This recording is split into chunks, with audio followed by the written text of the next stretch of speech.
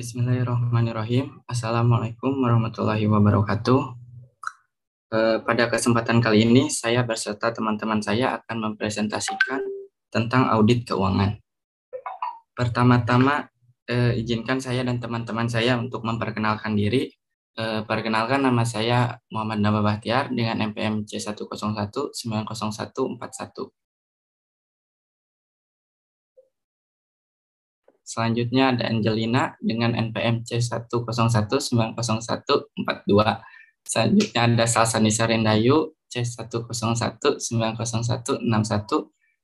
Ada Dian Dwi Anggraini dengan NPM C101900165. Ada Noviana Cahya Hamidah dengan NPM C101900169. Selanjutnya ada Malinda Pierawati dengan NPM C101900106. Selanjutnya ada Jihan Asmahani C101900138. Next.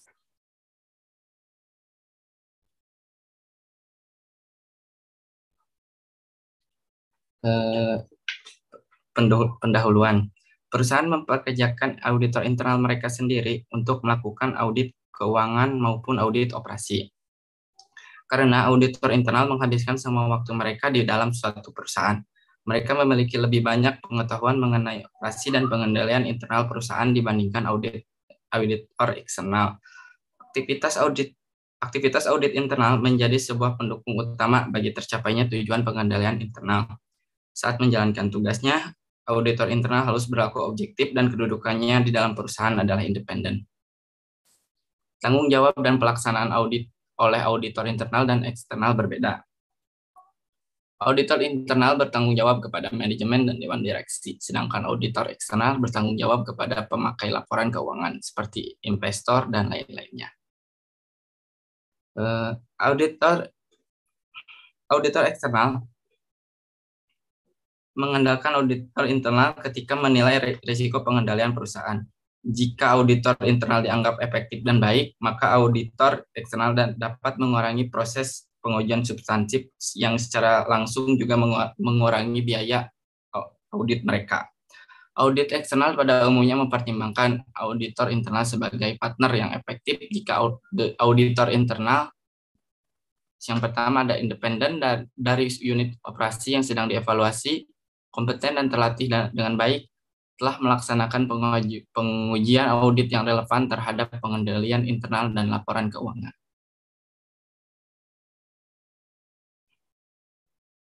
Selanjutnya akan dilanjutkan teman saya. Lalu ada audit kewajaran. Di audit kewajaran ini ada laporan posisi keuangan dan laporan arus kas, lalu laporan aktivitas ke neraca saldo, terus di neraca saldo ada buku besar dan buku besar pembantu, lalu dari buku besar ada jurnal khusus, umum, dan harian, lalu ada ke dokumen akuntansi, di dokumen akuntansi ada dokumen pendukung dan dokumen sumber lainnya.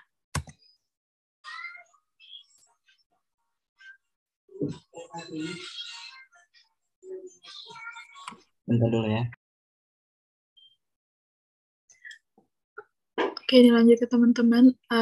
Lalu ada audit kewajaran laporan keuangan.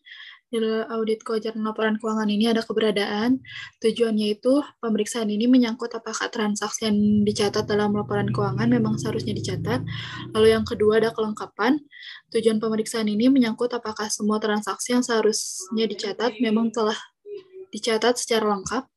Lalu ada yang ketiga akurasi. Tujuannya itu mengacu apakah jumlah yang dicatat adalah benar. Lalu ada klasifikasi.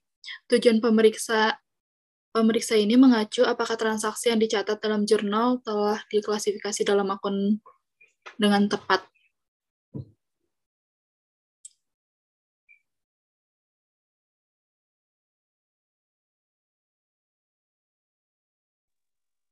Selanjutnya ada pisah batas. Tujuannya pemeriksaan ini memastikan apakah transaksi-transaksi yang terjadi dekat, sebelum atau setelah dengan tanggal neraca dicatat dalam periode yang tepat. Selanjutnya ada kecocokan rincian. Tujuan pemeriksaan ini adalah untuk memastikan apakah rincian dalam neraca saldo sesuai dengan angka-angka dalam buku besar dan hasil penjumlahan ke bawah saldo telah benar. Selanjutnya ada nilai realisasi. Tujuan pemeriksaan ini menyangkut apakah aktiva dinyatakan pada jumlah estimasi yang dapat direalisasi, yaitu nilai tercatat atau biaya perolehan dikurangi dengan penurunan nilainya. Selanjutnya ada hak dan kewajiban. Tujuan pemeriksaan ini menyangkut apakah jumlah aktiva yang dicatat dalam laporan keuangan merupakan aktiva yang secara sah dimiliki atau menjadi hak. Yang terakhir ada penyajian dan pengungkapan.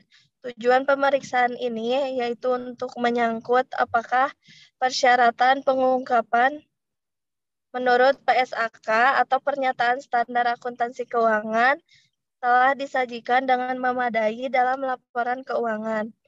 Selanjutnya akan dijelaskan oleh rekan saya.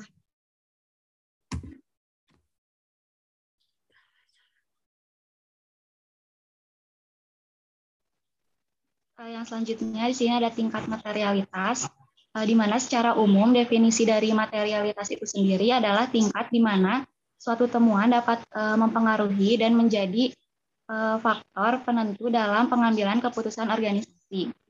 Dalam pemeriksaan tentang kepatuhan organisasi terhadap persyaratan tertentu, pertimbangan tentang tingkat materialitas dipengaruhi oleh sifat persyaratan yang mungkin dapat dikuantitatifkan dalam suatu moneter atau mungkin tidak, sifat dan frekuensi temuan yang diidentifikasi dan pertimbangan kualitatif termasuk kebutuhan dan harapan pemakai laporan.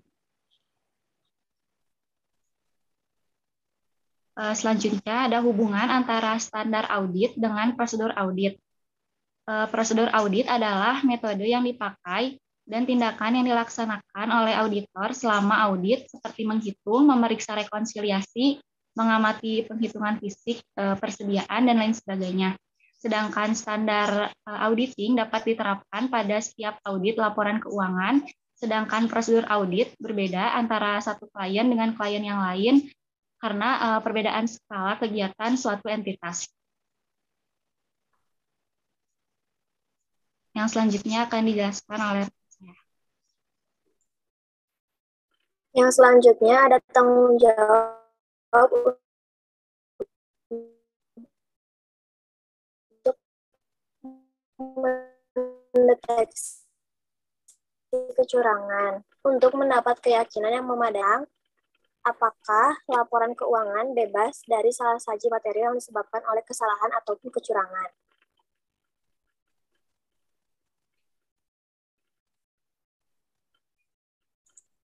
Tanggung jawab untuk melaporkan kecurangan. Yang pertama, apabila auditor menentukan bahwa terdapat bukti adanya kecurangan, meskipun kecil, maka harus menjadi perhatian manajemen. Yang kedua, setiap kecurangan yang melibatkan manajemen senior dan kecurangan yang terjadi di tingkat manapun yang menyebabkan salah saji yang material pada laporan keuangan harus dilaporkan kepada komite audit atau dewan direksi. Yang ketiga, secara etis dan legal, auditor tidak dapat mengungkapkan kecurangan yang terjadi di luar entitas. Selanjutnya akan dijelaskan oleh rekan saya. Selanjutnya yaitu metode-metode atau teknik audit. Ada beberapa metode atau teknik audit. Yang pertama ada komparasi. Komparasi adalah usaha untuk mencari kesamaan dan perbedaan dari data atau informasi dengan membandingkan dua atau lebih data atau informasi tersebut, di mana hasil yang diperoleh dari pekerjaan membandingkan data atau informasi tersebut akan dilanjutkan dengan melakukan analisis mengenai sebab-sebab terjadinya penyimpangan atau perbedaan tersebut. Sebagian besar pekerjaan pemeriksaan didominasi oleh teknik pemeriksaan ini. Yang kedua ada vouching dan verifikasi. Vouching dan verifikasi adalah pemeriksaan atas setiap bukti tertulis yang berkaitan dengan transaksi bank. Lalu vouching adalah teknik memeriksa tentang otentitas dan lengkap tidaknya bukti pembukuan yang mendukung transaksi bank atau voucher. Sedangkan verifikasi adalah tindakan pemeriksaan kembali atas kebenaran perhitungan, contohnya seperti penjumlahan, pengurangan, pembagian, dan perkalian. Yang ketiga yaitu rekonsiliasi. Rekonsiliasi adalah penyesuaian antara dua kelompok data atau laporan yang saling berhubungan, akan tetapi masing-masing dibuat oleh pihak-pihak yang terpisah. Rekonsiliasi bertujuan juga untuk meneliti sebab-sebab terjadinya selisih dan unsur-unsur manipulasi. Next. Selanjutnya yang keempat yaitu konfirmasi. Konfirmasi adalah cara untuk memperoleh informasi atau penegasan dari sumber lain, baik secara lisan maupun tertulis, dan rangka pembuktian pemeriksaan. Di dalam konfirmasi terdapat dua jenis, yaitu konfirmasi positif, di mana yang bersangkutan diminta untuk segera menjawab dalam batas waktu yang ditetapkan, baik jawaban menolak atau jawaban menyetujui. Yang kedua, konfirmasi negatif, di mana pihak yang bersangkutan hanya diminta untuk memberi jawaban dalam batas yang telah ditentukan. Dan apabila sampai pada batas waktu masih belum ada jawaban yang diberikan, maka yang bersangkutan dianggap menyetujui.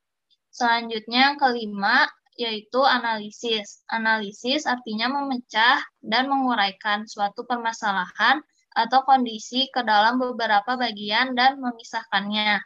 Kemudian menghubungkan atau membandingkan dengan bagian yang lainnya.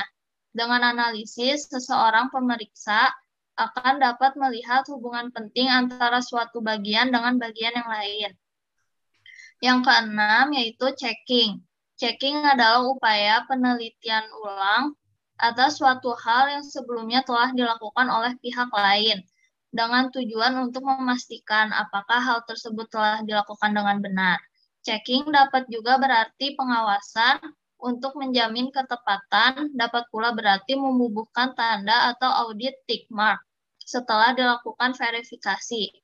Selanjutnya akan dijelaskan oleh rekan saya. Lalu selanjutnya di sini ada trasir. Trasir itu teknik pemeriksaan dengan cara menelusuri proses-proses kebenaran suatu transaksi dengan cara memeriksa atau menelusuri tahapan-tahapan kegiatan transaksi tersebut dengan benar.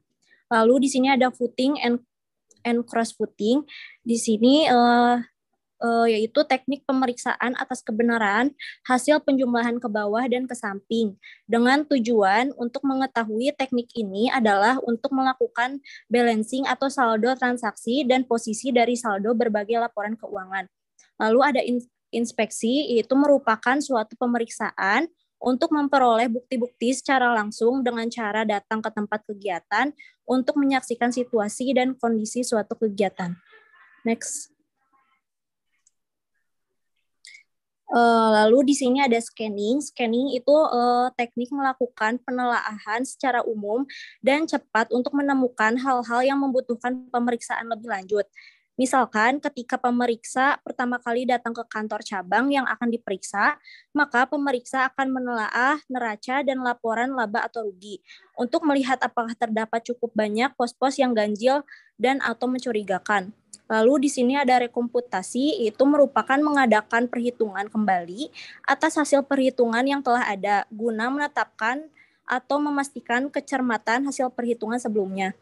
Lalu di sini ada sampling, yaitu merupakan dalam melakukan pemeriksaan, pemeriksa seringkali dihadapkan pada kesulitan untuk mengadakan pengujian, yaitu menentukan besarnya sampel yang harus diambil, sehingga dapat dianggap cukup mewakili populasi yang akan diperiksa. Next.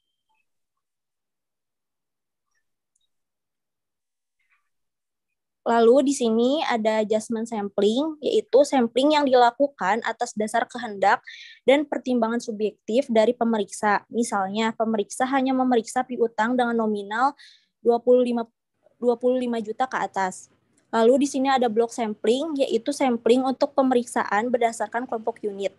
Lalu di sini ada statistical sampling, yaitu pengambilan sampel, misalnya pemeriksa hanya akan memeriksa bukti kas keluar untuk bulan Januari 2004, Maret 2004, dan Mei 2004. Sekian dari kelompok kami. Maaf bila ada kekurangan. Wassalamualaikum warahmatullahi wabarakatuh.